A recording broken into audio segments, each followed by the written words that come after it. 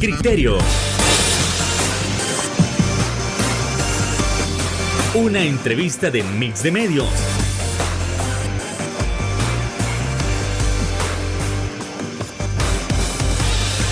Que aborda frontalmente los problemas de El Salvador con los verdaderos protagonistas y plantea soluciones.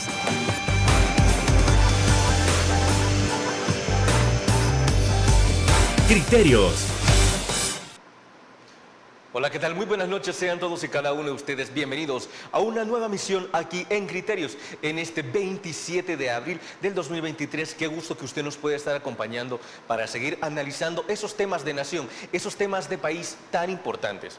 Como ustedes saben, en las últimas semanas muchísimo se ha debatido, se ha discutido, se ha analizado el caso en torno a lo que sucede con Beatriz allá en Costa Rica. Es decir, el caso Beatriz ha dado muchísimo de qué hablar. Para los grupos que son pro vida o también denominados pro parto, esto es una situación de querer aprobar el aborto porque sí. Es como dicen ellos, un plan de la Agenda 2030 para que todo el aborto sea aprobado en toda Latinoamérica. Por otra parte, con los grupos defensores de derechos humanos, los grupos pro aborto también, se está gestando que la idea de Beatriz es luchar porque ella en su momento solicitó el aborto ante un embarazo que no era viable, que no era compatible con la vida. ¿Por qué? Porque el feto era anencefálico, pero al no permitírsele, el Estado violó su derecho. Esto y más nosotros lo vamos a estar analizando con nuestras invitadas estelares. En primer lugar, tenemos a la abogada de la colectiva feminista, Laura Morán. Laura, ¿qué tal? Muy buenas noches, encantado. Buenas noches, un saludo a toda la audiencia. Estamos aquí para poner esa problemática y hablar, visibilizar un tema tan importante para la vida y la salud de las mujeres. Desde luego. Ahora también tenemos en el estudio a la psicóloga defensora de derechos humanos de la Agrupación Ciudadana por la Despenalización del Aborto, Sara García. Sara, ¿qué tal? Muy buenas noches. Buenas noches, muchas gracias por este espacio. Me parece que es tan relevante dialogar y compartir sobre estas luchas por la vida, por los derechos humanos, por los derechos de todas las personas. Encantado de tenerlas acá. Y también tenemos a la defensora de derechos humanos, Bessie Ríos. Bessie, ¿qué tal? Encantado de tenerla nuevamente por acá. Buenas noches, un placer acompañarle siempre en casa y qué bueno que un reconocimiento para ti, para el programa y para el medio, que son de los pocos que tienen el valor de tocar el tema de Beatriz como lo que es un tema que debe de debatirse, debe de presentarse a la sociedad y darse las opciones que al final la población tome su decisión. Encantado, Bessie, muchísimas gracias también. Entonces no hacemos esperar más a nuestra audiencia, vamos entrando en materia, no sin antes contextualizar. Muchísimo se ha hablado sobre qué sucedió en el caso Beatriz. ¿Realmente la mató el hecho de no haber abortado? No, porque eso en otros programas ya se había aclarado. El hecho de que sí, ella murió en un accidente 4 años después, pero lo que se debatió en la Corte Interamericana de Derechos Humanos no es el cómo murió, sino que el Estado le negó su derecho al aborto cuando en este caso el feto era anencefálico, que es totalmente incompatible con la vida. Muchísimo se ha desinformado, muchísimo se ha tergiversado y lo que nosotros buscamos son los criterios de esa verdad. Entonces vamos con la idea de lo que se está luchando por Sara es para luchar por los derechos de las mujeres, es para luchar por la despenalización del aborto, por su misma aprobación. Bueno, vamos entonces con esa primera opinión respecto a qué fue lo que pasó realmente. Ok, bueno, en el caso de Beatriz era una mujer joven de una zona rural que quedó embarazada de su segundo embarazo, un embarazo que presentaba alto riesgo. Ella tenía lupus y al conocer cuál era su salud, ¿verdad? Que tenía por el embarazo de alto riesgo y su tema de salud, ella acudió al hospital para una revisión médica y es ahí donde ella se da cuenta que tiene un embarazo de alto riesgo por tener un feto con cráneo encefálico. Entonces, esto imposibilita la vida extrauterina y ella, siendo madre de un hijo anteriormente a quien amaba mucho y quien estaba muy preocupada cómo su salud podía afectar, se atrevió a solicitar al Estado salvadoreño la interrupción de su embarazo, contando con un respaldo de médicos, de 15 médicos especialistas que le decían que lo más viable y lo mejor en su caso era la interrupción del embarazo.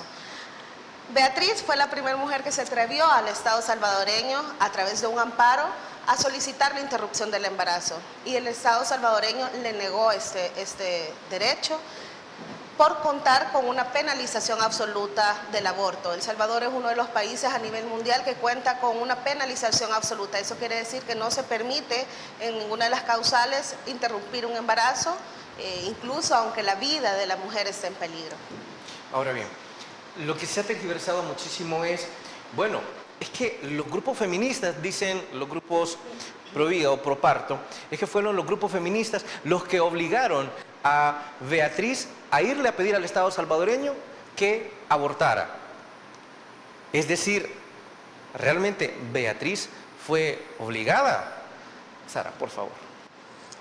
Creo que es muy importante justo hablar de esta historia desde esa memoria que hacemos de los hechos y desde esa reconstrucción de cómo ocurrió, porque eso que decía Laura, la voz de Beatriz.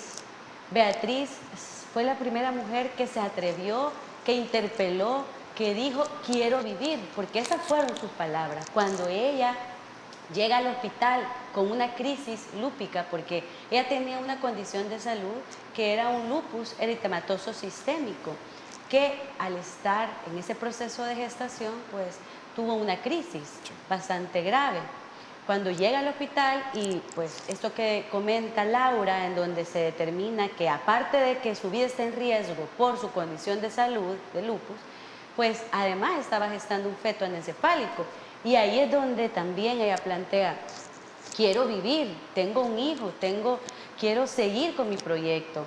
Y incluso Beatriz luego nos contaba, porque pues nosotras logramos tener un acompañamiento integral para ella, para su familia, y ella contaba que si la criatura hubiese venido bien, es decir, si no hubiese tenido esta condición de una malformación incompatible con la vida extrauterina, ella dice, bueno, probablemente hubiese seguido, hubiese intentado, pero ella misma planteaba que era un sin razón, que no tenía un sentido. ¿Y qué es lo que sucedió en torno a esto? Pues a ella se le obliga a sostener este embarazo, tiene que pasar hospitalizada 81 días, que fueron 81 días que ella misma y luego también las defensoras que le acompañamos, ¿verdad? Pues se planteó que fue una forma de tortura, porque no solo estuvo hospitalizada con el riesgo a morir, porque su vida pues estaba en una situación bastante grave, sino que ella estaba enfrentándose a un sistema de justicia, a un sistema de salud, en donde incluso recibía llamadas, en donde decía, vos vas a ser la primera que vas a ir presa, ¿verdad? Ella estaba recibiendo, es decir, ella estaba siendo amenazada también. Ella estaba enfrentando amenazas por su decisión, por la decisión de querer vivir. Entonces, lamentablemente eso no nos lo contaron los grupos pro parto o pro vida, eso no lo contaron ellos. La estaban amenazando entonces.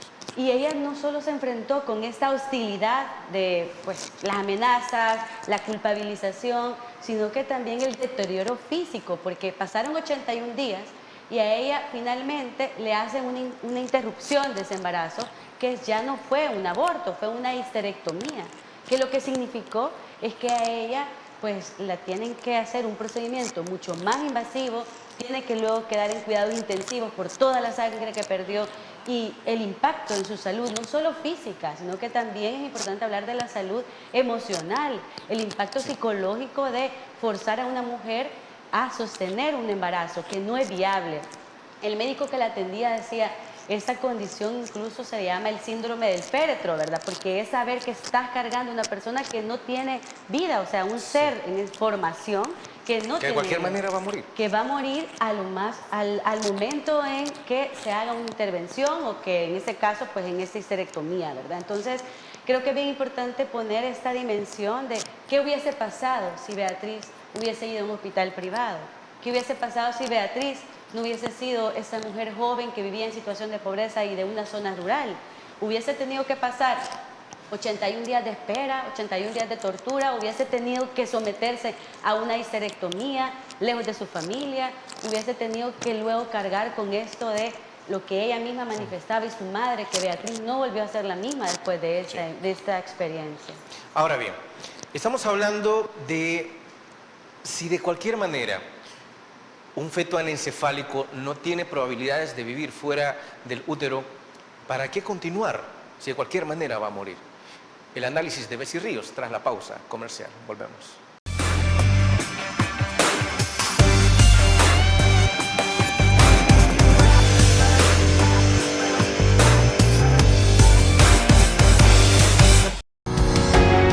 Sambar, una empresa que cree en la sostenibilidad ecológica y en la cultura de productos biodegradables en El Salvador, decididos a proveer las mejores soluciones en limpieza, porque cuidar el medio ambiente es tarea de todos.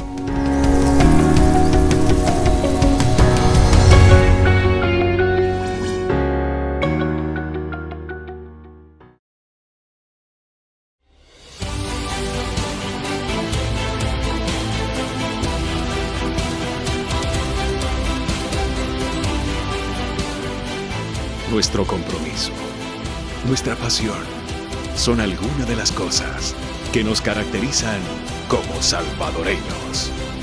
Farmacia La Buena, la farmacia de todos.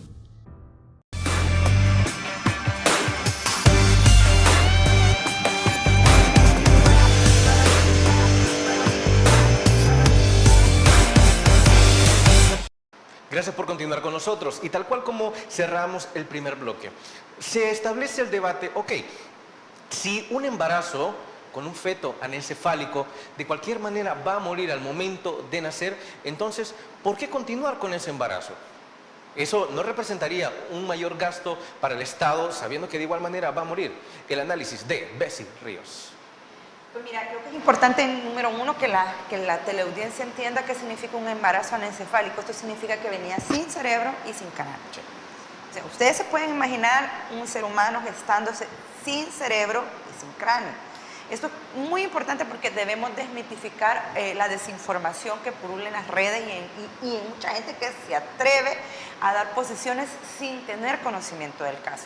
Aquí no se está hablando de que Beatriz estaba solicitando una interrupción del embarazo porque venía con una malformación, no sé, como creen que cualquier malformación con la que puede venir un ser humano. Estamos hablando de una malformación que no es compatible con la vida extrauterina. ¿Qué significa eso? Que ese bebé, esa criatura, al nomás salir del vientre de su madre, se va a morir. Porque nadie puede vivir sin cerebro y sin cráneo. Esa era la realidad del caso. Ante tu pregunta, sí, ese es el cuestionamiento. ¿Por qué torturar a esta mujer tanto tiempo y obligarla a llevar un proceso de embarazo en el cual le está costando su vida y no va a tener continuidad su hijo fuera del útero? Y esto responde a una realidad, a la penalización absoluta del aborto.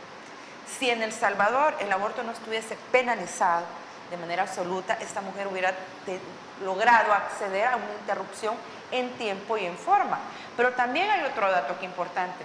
No es solo la penalización absoluta del aborto, que somos uno de los 7 países a nivel mundial que tenemos prohibido completamente la interrupción del embarazo en cualquiera de sus causales, sino que es pobre. Porque aquí, en este país, todos los casos de mujeres que están detenidas en centros penales han salido de hospitales públicos y nacionales. Ninguna ha salido de un hospital privado. ¿Será que solo las pobres intentan interrumpirse los embarazos o será que las mujeres que tienen capacidad económica o pueden viajar o lo hacen en un hospital privado, solo que allá se le llama legrado?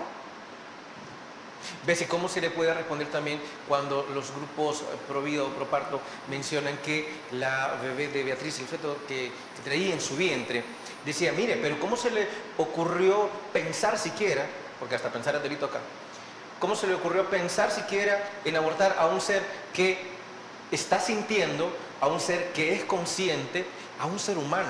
¿Cómo se le puede responder a eso, Bessie? Bueno, nuevamente volvemos al tema de la malformación. Era anencefálico, no traía cerebro. O sea, Todos Ellos creo dicen que, era creo que consciente. medianamente, que medianamente estudiamos hasta cierto nivel educativo, entendemos que las terminaciones nerviosas y todo lo que es el movimiento del cuerpo es ordenado por el cerebro. No traía cerebro. No se le estaba haciendo daño, no se le iba a hacer daño a un ser humano consciente. Estamos hablando de una persona que se estaba gestando dentro del vientre de su madre, que no traía las condiciones fácticas, las cualitativas para sobrevivir fuera del vientre de su madre. No son seres independientes, ojo que también eso es importante, porque si fuese independiente podría sobrevivir fuera del útero de su madre. A ver, para nadie es un secreto tampoco que aquí vivimos en un país altamente machista, en un país altamente conservador, en donde por una y por otra cosa siempre se le criminaliza a la mujer. En este caso, hay muchos ciudadanos que dicen, mire, pero entonces, si Beatriz sabía que tenía lupus y sabía que un embarazo se le podía complicar, entonces, ¿por qué se embarazó? Entre los comentarios que se pueden leer por ahí.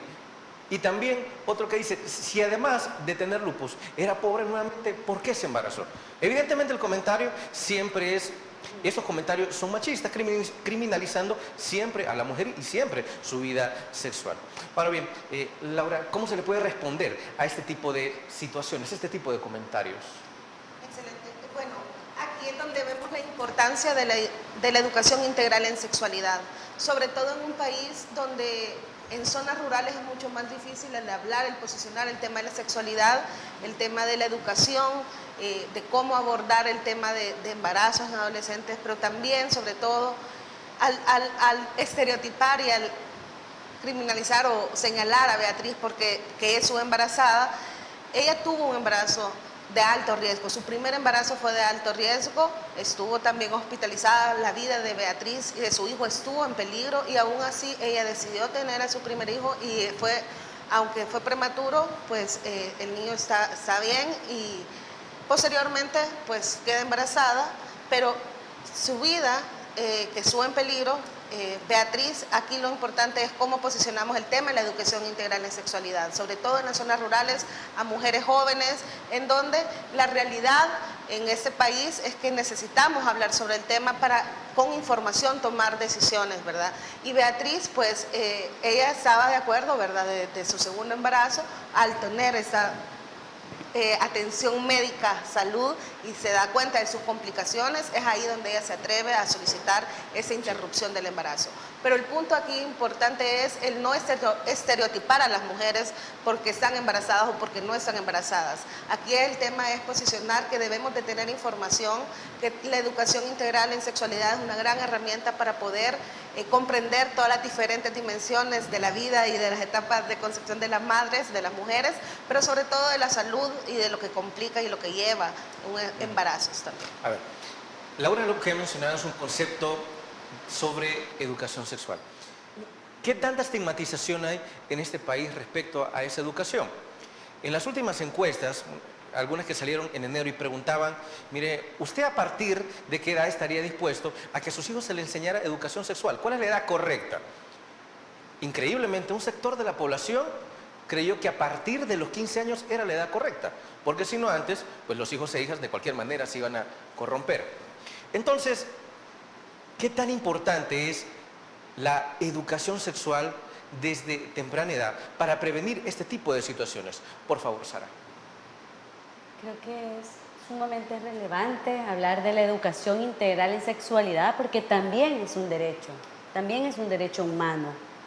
Y lo vemos como a partir de los datos y de las realidades concretas, ¿verdad? Solo en el 2022 se registraban 12.982 embarazos en niñas y adolescentes. Estamos hablando de niñas de 10 años enfrentándose a maternidades que son forzadas, a maternidades que ya incluso comités de derechos humanos de Naciones Unidas plantean que imponer un embarazo a una niña es una forma de tortura. Y estamos viéndolo en el país de manera cotidiana. Aparte de esto, la realidad de la violencia sexual, que es también cotidiana, que lo estamos viendo en la realidad concreta de las mujeres a nivel comunitario, en los hogares, en la sociedad salvadoreña, la violencia sexual, el acoso. Entonces, la educación integral en sexualidad lo que busca es dar información, que las personas que adolescentes, jóvenes puedan tener acceso a la información para tomar decisiones en base a la evidencia, en base a la realidad concreta, no en base a prejuicios, no en base a el estigma, o de repente se piensa que no hablar de sexualidad, ¿verdad?, va a evitar que las personas, que los jóvenes puedan tener experiencias. Es decir, hablar, nombrar esos temas es lo que permite que las juventudes puedan tomar decisiones informadas. Eso es lo que buscamos. Y ahora, agregando a esto, alguien me decía en su momento, ¿usted cree que su hijo o su hija le va a ir a pedir permiso a usted para tener relaciones sexuales? Lo va a hacer. Pero ¿qué prefiere usted? ¿Que lo haga de una manera desinformada, que de repente le engañen, que de repente no sepa utilizar un anticonceptivo, otras formas? Eso es lo que se prefiere, porque de cualquier manera son seres sexuados.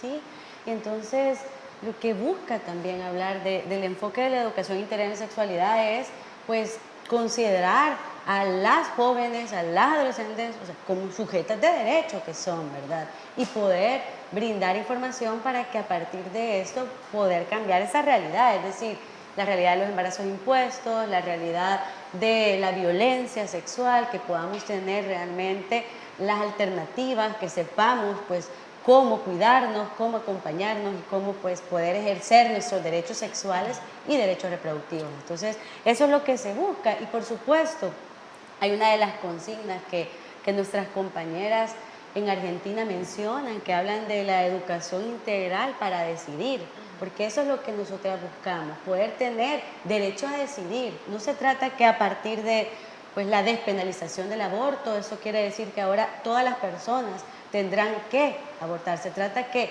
a partir de considerar un marco normativo en donde permita el aborto, permita la interrupción legal, pues que las mujeres, las personas podamos tener este derecho a decidir por nuestros cuerpos, por nuestras vidas, podamos tener derecho a seguir con nuestros proyectos de vida que son tan importantes y que se nos pueda ver, como dice el artículo 3 de la Constitución, habla de que las personas somos iguales, pero que no está sucediendo. Cuando una mujer está en un proceso de gestación, prácticamente pareciera que pierde sus derechos y ya ella deja de ser una ciudadana y se le considera una ciudadana de segunda categoría. Entonces, eso es lo que nosotras queremos hacer transformar. También es importante solo agregar que desde el movimiento de la agrupación ciudadana por la despenalización del aborto, desde las activistas y las defensoras, nosotros no estamos hablando de la interrupción del embarazo, del aborto como un medio o un método anticonceptivo, estamos hablando de causales, estamos pidiendo por 4 causales clarísimas en caso de riesgo de muerte a madre, dicho sea de paso porque tú mencionabas las encuestas de enero,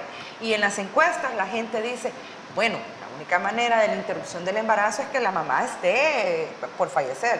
La otra opción por despenalización que nosotros queremos que se degrave, que no sea punible, es en el caso de que la vida de quien se gesta sea incompatible fuera del útero, que es el caso de Beatriz, ¿no? Que la niña venía sin cerebro y sin cráneo.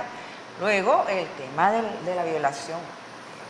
¿Cómo podés obligar a una niña, a una adolescente o a una mujer que mediante la violencia ha sido accedida, ha sido maltratada y además que debe de gestar y debe de dejar sus derechos atrás porque hay que ponerlo encima, el tema de la gestación, ¿no? Y el tema de la trata, que también es algo que se da en estos países. ¿Cuántas mujeres desaparecen diarias en este país y jóvenes? ¿Y cuántos nos han querido explicar o nos han explicado en alguna ocasión que esto se trata de redes de blancas? Tenemos el caso de Hugo Osorio, cuántas mujeres estaban ahí y todas fueron violadas. Todas fueron violadas. Entonces, y vinculado a cuerpos uniformados, creo que la población debe abrirse a estos temas y valorarlo, porque cuando nosotros hablamos de la despenalización del aborto no es que va a ser un método conceptivo, estamos hablando de causales específicas que le permitan a una mujer informada, con datos claros y con certeza tomar la mejor decisión para su vida, para su proyecto de vida y para su grupo familiar. Sumamente. Nos trasladamos a una nueva pausa comercial. No nos cambien, ya volvemos.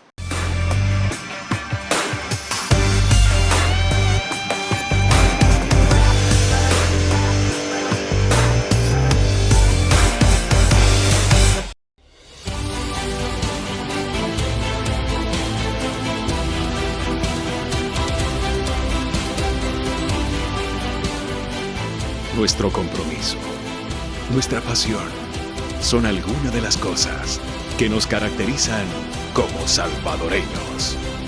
Farmacia La Buena, la farmacia de todos.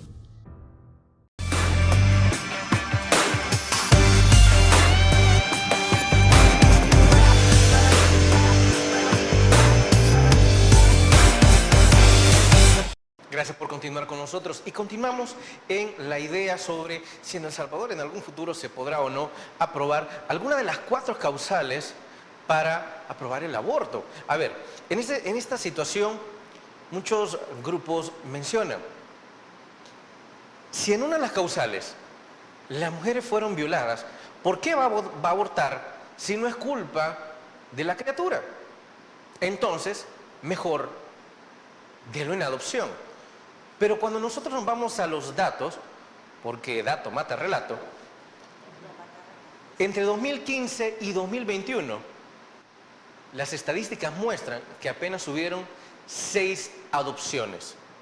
Nada más 6 adopciones. Entonces, esta es una vía, la adopción es una vía para, en el caso de aquellas mujeres violadas, ser una solución.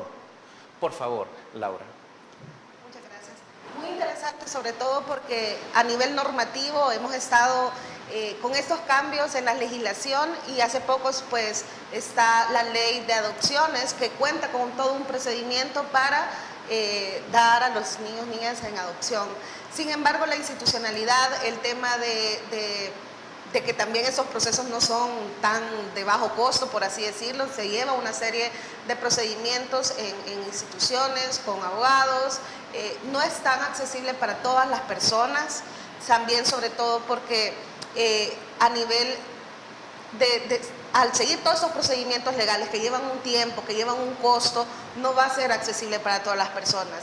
Aquí también es muy importante posicionar, como tú decías, cuando hay temas de violencia sexual inmersos, cuando tenemos una legislación que nos habilita y que tenemos el derecho a una vida libre de violencia para las mujeres y que muchas veces esa vida libre de violencia para las mujeres no se ve reflejada porque hay temas de violaciones, porque hay el informe de hecho de violencia contra las mujeres que la DIGESTIC sacó, que fue el último, en 6 meses de enero a junio de 2021 habían alrededor de 3.000, 4.000 hechos de violencia sexual. Cuando analizamos estos casos de violencia sexual vemos que son niñas gestando niños y niñas. Entonces, aquí tenemos que hablar sobre un tema de protección del Estado para evitar los abusos sexuales. Ahí le agrego, no solo protección del Estado, sino también cuánta desconfianza se le tiene al Estado. Es decir, estamos hablando que en los últimos años, desde 2015, se trataron más de 700.000 denuncias. ¿Qué sucede? De esas 700.000, apenas el 6% fueron atendidas. Es decir, si estamos hablando del caso de violencia de género. Totalmente. La Ley Especial Integral identifica y tipifica 7 tipos de violencia en 4 modalidades, pero muchos tipos de violencia todavía necesitan ser integrados a esa normativa para poder por ejemplo, tener una protección. La violencia simbólica no se toma en serio. No se toma en serio. Los mensajes, lo que vamos viendo, son mensajes idóneos donde ponen a las mujeres en un estilo, de una etapa de subordinación que va dejando mensajes.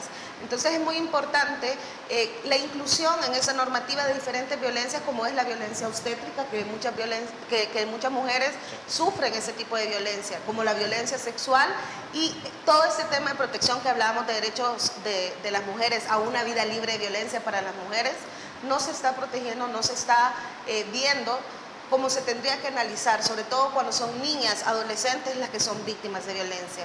Y en este caso, pues el tema de adopciones sigue teniendo una legislación que tiene una normativa que necesita ser desarrollada mejor para que la adopción en El Salvador sea más accesible, ¿verdad? Pero todavía es un tema que se está trabajando y aquí es bastante importante posicionar el derecho que tenemos las mujeres a una vida libre de violencia.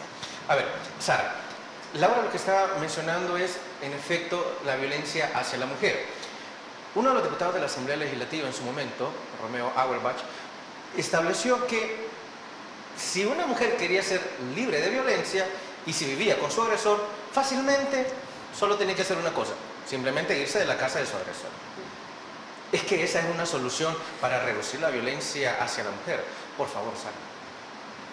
Sí, me parece que las medidas que se han impulsado, los comentarios en donde claramente denotan el desconocimiento, pero también el machismo que existe, el machismo y la violencia institucionalizada, porque cuando estás haciendo un discurso en donde lo que haces es no empatizar, pero también hacer una reproducción de lo que podría significar más violencia para las mujeres, pues definitivamente no se está contribuyendo a una problemática.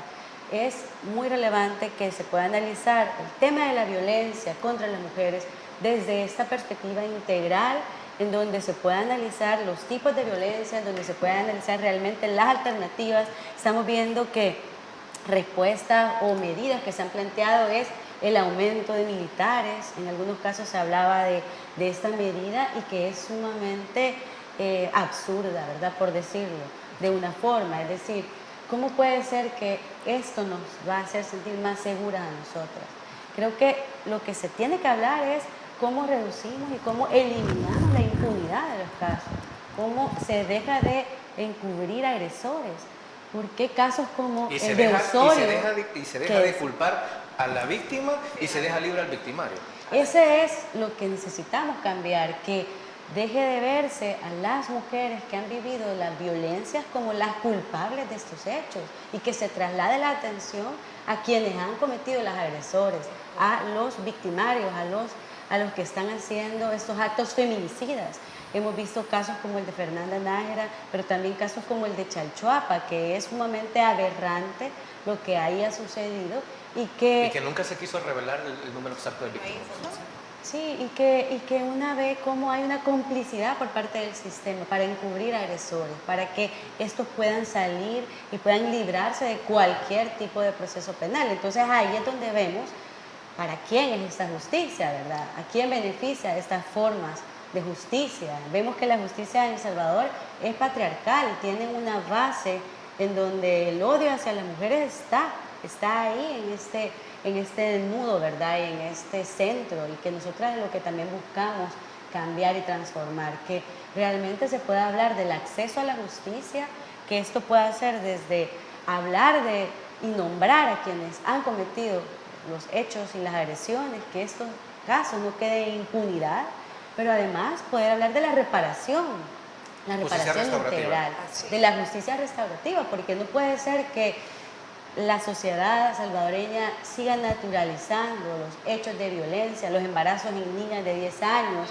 o los hechos de violencia sexual, de violencia feminicida, que se pueda ver como, es la mujer la que provocó porque estaba caminando en determinado lugar con determinada ropa, ¿verdad? Ese hemos visto que ha sido uno de los prejuicios que existe alrededor del caso y que lo vimos incluso también con la historia de Beatriz, cómo se reproduce también en ella y en todo lo que a ella le sucedió, esta culpabilización, ¿verdad? Pero ¿por qué ella no se cuidó? ¿Pero por qué ella no?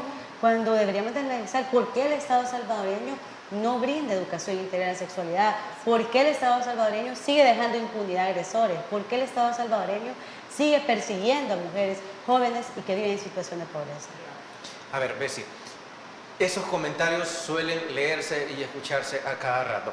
La situación... si te violaron es porque andabas a las 10 de la noche afuera, si te violaron es porque andabas falda corta, porque andabas de exhibicionista. Ese tipo de comentarios machistas suelen escucharse y no porque sea algo común quiere decir que sea algo bueno, simplemente reflejan a una sociedad altamente, como ustedes mencionan, una sociedad patriarcal, una sociedad machista donde siempre se le criminaliza a la mujer. En torno al comentario entonces que hacía este diputado, es que, ¿qué solución se le puede dar para dejar de decir, mire, usted fue la que escogió a su novio, usted fue la que escogió a su marido, hoy aguántelo? ¿Cómo se le puede dar ese tipo de ese tipo de frases? A ver, dentro de la sociedad conservadora salvadoreña existen un montón de frases que han sido creadas y han sido esgrimidas y han sido acuñadas por la sociedad para proteger al agresor. Porque aquí la sociedad salvadoreña no quiere aceptar que la víctima es eso. Es una víctima.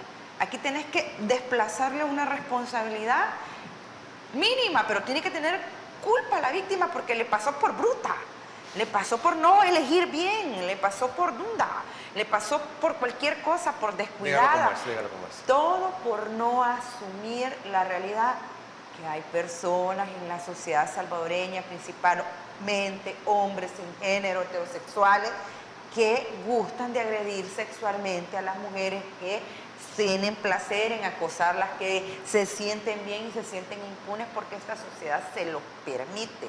Porque al fin y al cabo aquí tenemos casos incluso de agresiones sexuales a niñas de 6, 7, 5, 4 años y la gente todavía se atreve a decir en redes, es que ella lo ha de haber provocado, porque esa es otra frase, lo provocó, vea. Ella fue la que se metió en este rollo. O cuando encontrás casos de niñas de 14 años casadas o con compañeros de vida de 40, de 50 años, es que ella es la que se metió con él. O sea, no ven los niveles de diferencia de maduración del cerebro, de manipulación, de pobreza y de realidad. Por ejemplo, que pasan estas la niñas. típica frase, que eso también es para manipulación, es que sos bastante madura para tu edad.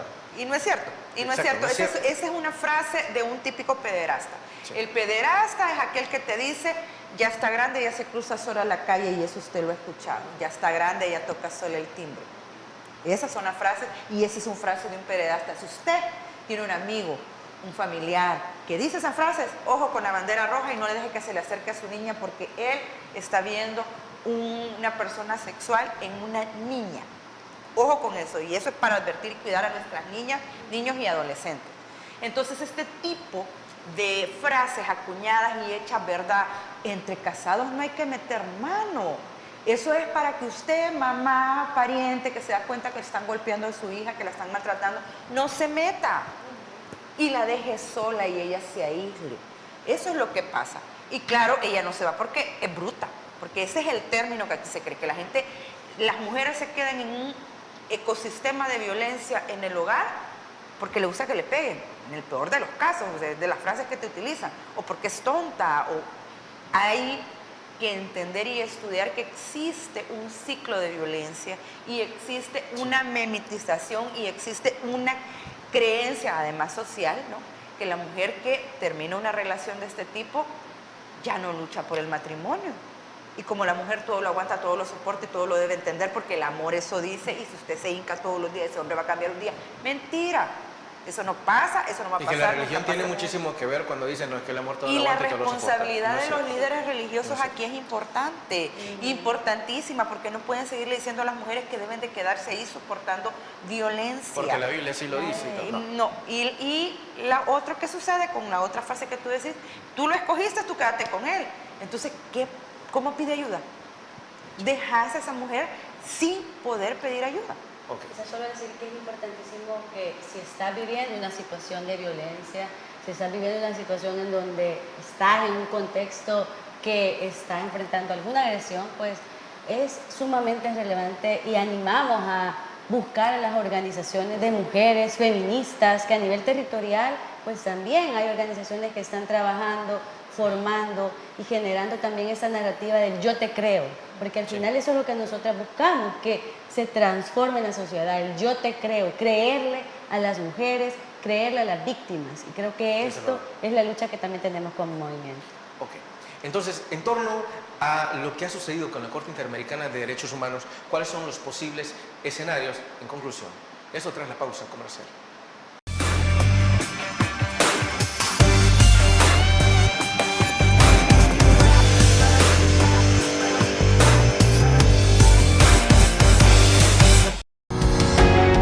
Samvar, una empresa que cree en la sostenibilidad ecológica y en la cultura de productos biodegradables en El Salvador, decididos a proveer las mejores soluciones en limpieza, porque cuidar el medio ambiente es tarea de todos.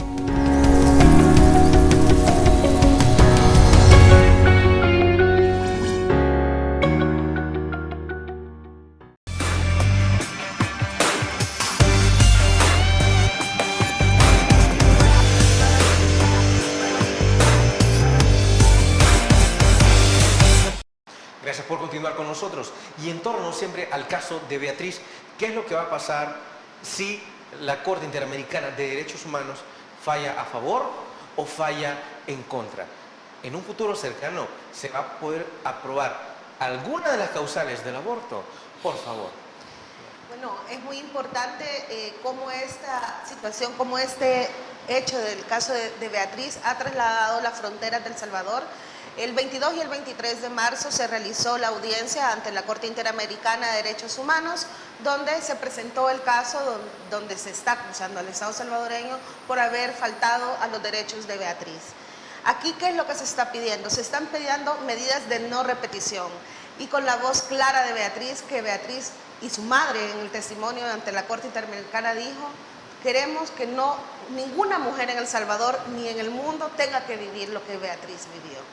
Por eso es importante la sentencia de la Corte Interamericana, porque si es a favor, ¿verdad?, se sentarían precedentes de no repetición.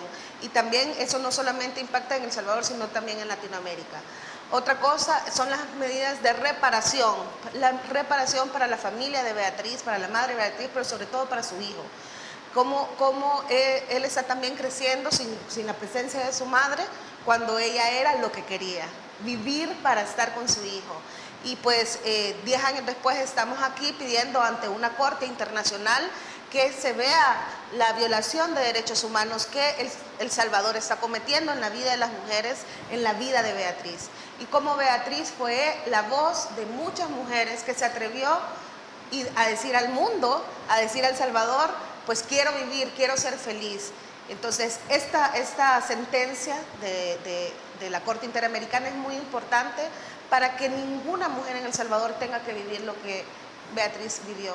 Y sobre todo que se legisle leyes que realmente protejan la vida y la salud de las mujeres. En este caso, la despenalización del aborto, pues al limitar este derecho, está limitando el derecho y la vida de las mujeres. Correcto. Sara, ¿qué probabilidades hay de que la Corte Interamericana falle a favor de Beatriz? Como ya dice Laura, la Corte Interamericana de Derechos Humanos, que es el máximo tribunal, el más alto tribunal de las Américas, y el hecho que su historia haya llegado ahí, no ha sido fácil, han sido 10 años de lucha. Primero Beatriz interpuso una demanda ante el Sistema Interamericano de Derechos Humanos, específicamente la Comisión Interamericana de Derechos Humanos.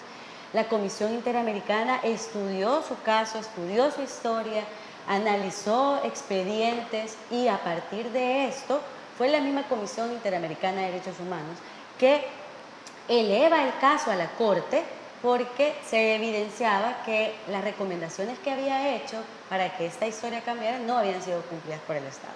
Entonces, es importante decir que hay un reconocimiento de la violación de derechos humanos, que lo vemos en la misma Comisión Interamericana de Derechos Humanos, pero también cuando los hechos ocurrieron en el 2013, vimos cómo el sistema interamericano también otorgó medidas cautelares para Beatriz.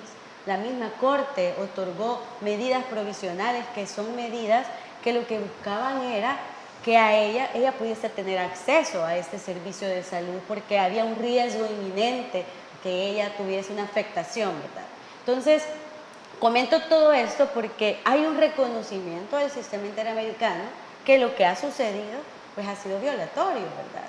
Y ahora le corresponde a la Corte, a partir de lo que ocurrió el 22 y 23 en Costa Rica, que fue bien importante, bien potente, poderoso, el testimonio de la madre de Beatriz, Delmi, quien ella comentó todo lo que le significó a la familia esa espera de 81 días, cómo ella busca la no repetición, pero también en esta audiencia se conoció la voz del médico tratante, el médico que atendió a Beatriz, era un perinatólogo que estaba en el hospital de maternidad en aquel momento.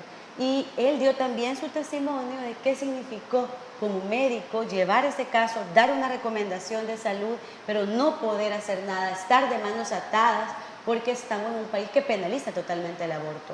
Entonces, la Corte Interamericana, a partir de estos argumentos y a partir de estos testimonios, también el Estado pues presentó sus argumentos, presentó voces y sus, digamos, peritajes en torno al caso. Nosotras sí tenemos esperanza que la Corte va a condenar al Estado, que va a hacer responsable al Estado salvadoreño.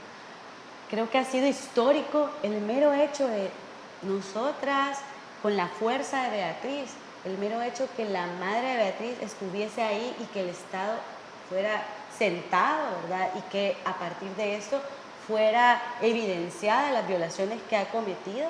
Yo creo que esto es histórico, ¿verdad? Porque nos permite ver cómo la justicia también puede estar del lado de la víctima, ¿verdad? Y esto ha sido el ejercicio también para nosotros.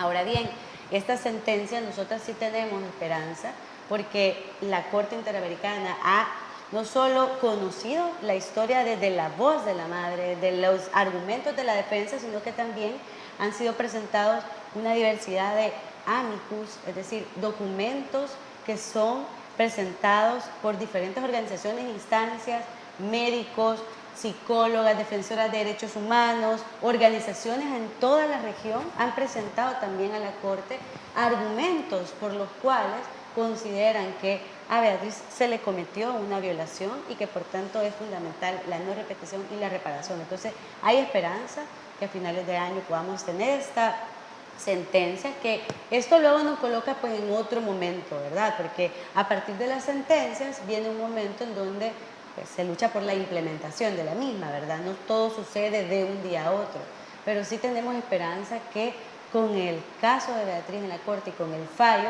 no solo va a haber justicia para Beatriz, no solo va a haber justicia aquí en El Salvador, sino que estamos hablando de justicia para toda la región, para la región latinoamericana. Estamos hablando de justicia para todas y todos. Okay. Bueno, nos trasladamos a nuestra última pausa comercial. No nos cambie, que ya volvemos.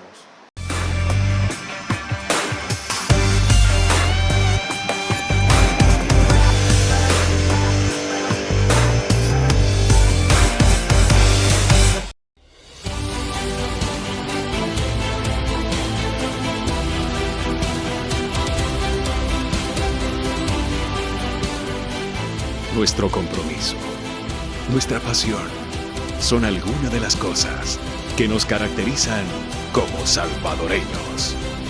Farmacia La Buena, la farmacia de todos.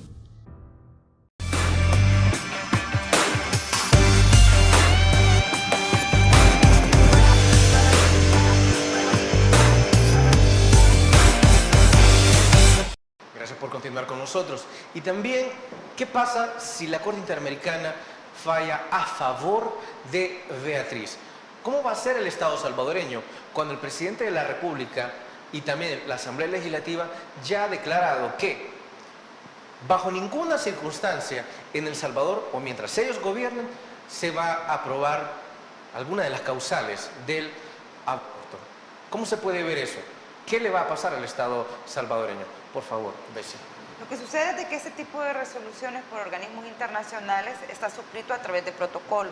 El Salvador se compromete a aceptar las resoluciones, es decir, no las es que quiera o no quiera, sentencias, es de obligatorio cumplimiento. Lo que sucede es que lo que se espera es que el Estado lo cumpla de manera personal, de manera armónica, con tranquilidad, sin necesidad de tener coerción sobre el Estado, porque esa es la idea de estos organismos supranacionales, que no pueden ejercer coerción sobre los Estados, porque el Estado se sometió al protocolo de manera libre, entonces de esa misma manera debe cumplir la sentencia. La posición que han tenido el gobierno y su representación parlamentaria no deja de ser lamentable, pues porque recordemos que en campaña el presidente mencionó que él apoyaba una de las 4 causales de la despenalización. Creo que hay que del agregar aborto. también, Bessie, que algunas diputadas en su momento sí habían manifestado su deseo de la despenalización del aborto, pero muchos dicen es que ellas están haciendo ahora una agenda y por eso no pueden decir que están a favor del caso de Beatriz. Sí, en el caso del presidente está la grabación, en el auditorium de la UCA, él menciona que él apoya la causal de la despenalización del aborto en el caso de riesgo de muerte de madre. Estamos en un caso similar con la probable sentencia a favor del caso de Beatriz. Entonces ahí es donde toca cumplir la palabra, ¿no? Toca honrar lo que se promete. Bueno, que ya sabemos que en campaña todos son promesas y a la hora de gobernar todos son excusas. La realidad es que en la medida que logremos armonizar nuestra legislación para dejar de criminalizar mujeres y sobre todo mujeres pobres, vamos a lograr tener caminos, tender puentes hacia una igualdad real con las mujeres.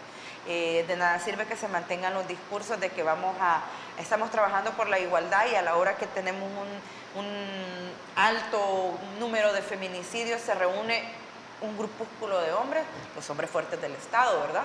El presidente, el fiscal, el de seguridad, el de la Fuerza Armada, y este grupito de hombres decide que la única manera de poder proteger a las mujeres de los feminicidios es sacando más tropas, cuando lo que se necesita es educación y aprender nuevas masculinidades, que no es un grupo de hombres el que va a salir a proteger a las mujeres, es aprender el tema de las masculinidades frágiles hay que tocarlo. Es correcto. Entonces, si este grupo de hombres que se reunió a medianoche el fin de semana de la crisis de los feminicidios hubiesen buscado las organizaciones que llevan décadas trabajando el tema de género, que llevan décadas teniendo informes, que llevan décadas teniendo protocolos y queriendo incidir en las políticas públicas, hoy por hoy este grupo de hombres deberían de estar encabezando una campaña para erradicar la violencia en la sociedad salvadoreña hacia las mujeres.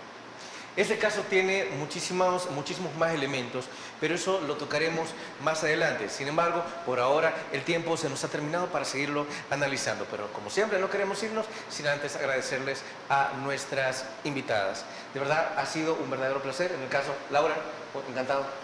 Mucho gusto, pues un mensaje es que luchemos y acompañemos la lucha por el caso de Beatriz, sobre todo porque Beatriz es una mujer que quería vivir y ser feliz y que luchó por su vida, pero también que nosotras que venimos acompañando esa lucha, venimos también a través de su voz acompañando el derecho de las mujeres a decidir y a ser feliz y a vivir. Desde luego. Sara, como siempre, un placer, encantado. Muchas gracias por este espacio.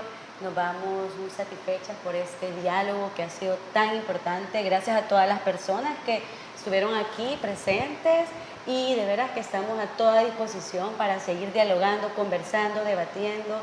Estamos aquí también honrando la memoria de Beatriz.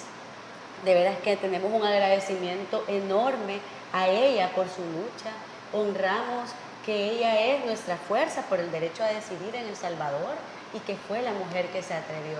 Y esa es la memoria y esa es como nosotras queremos recordarla, como la mujer que ella se atrevió y dijo quiero vivir y ser feliz. Así es. Bessie. Un placer, gracias, siempre me siento como en casa. Nuevamente reitero mis felicitaciones por el valor de poder tocar este tema. Y recuerde, sí, usted puede ver el hashtag Beatriz, pero Beatriz no la vea lejos. Puede ser su hija, puede ser su hermana, puede ser su madre, puede ser su compañera. Beatriz, podemos ser todas. Totalmente. Amigos y amigas televidentes, gracias por habernos sintonizado una vez más. Como siempre, recuerde, el criterio más importante en todo aspecto siempre lo va a tener usted. Que descanse. Feliz noche. Criterio. Una entrevista de Mix de Medios.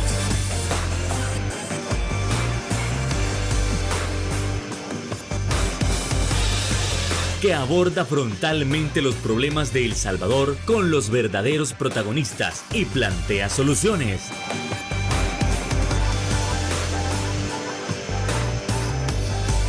Criterios.